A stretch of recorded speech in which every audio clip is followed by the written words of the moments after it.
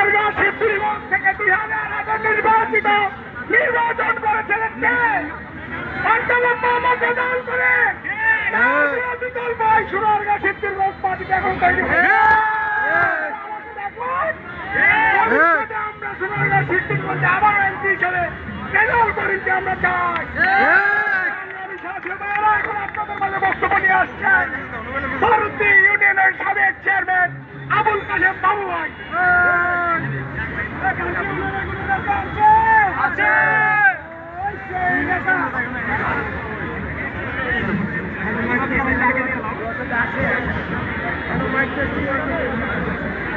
भैया मासुद भैया के डाके हाँ भैया मासुद भैया সোনারগাঁ থেকে বিভিন্ন এলাকার আজকে যে সকল ভাইয়েরা বিএনপির জন্য পাগল হয়ে এখানে উপস্থিত হয়েছেন, भैया कैमरा আমাকে দিবেন। ভারতী ইউনিয়নবাসীর পক্ষ থেকে আপনাদের কাছে কৃতজ্ঞতা প্রকাশ করছি।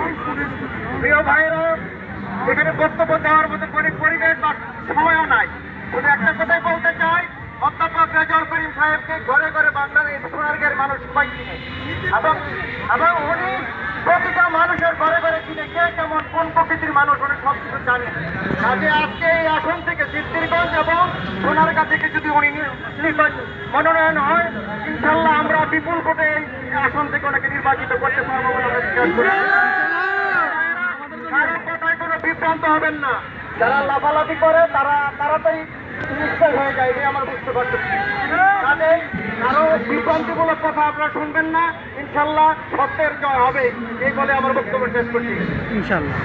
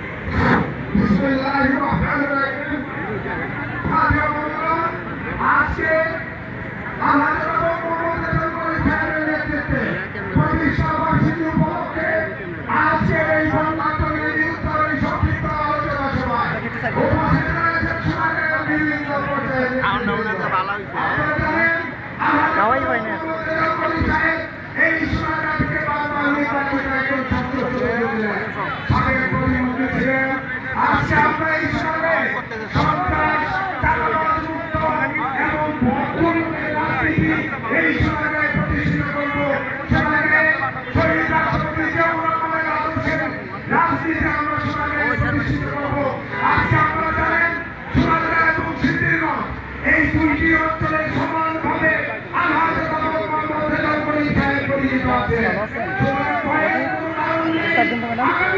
হ্যালো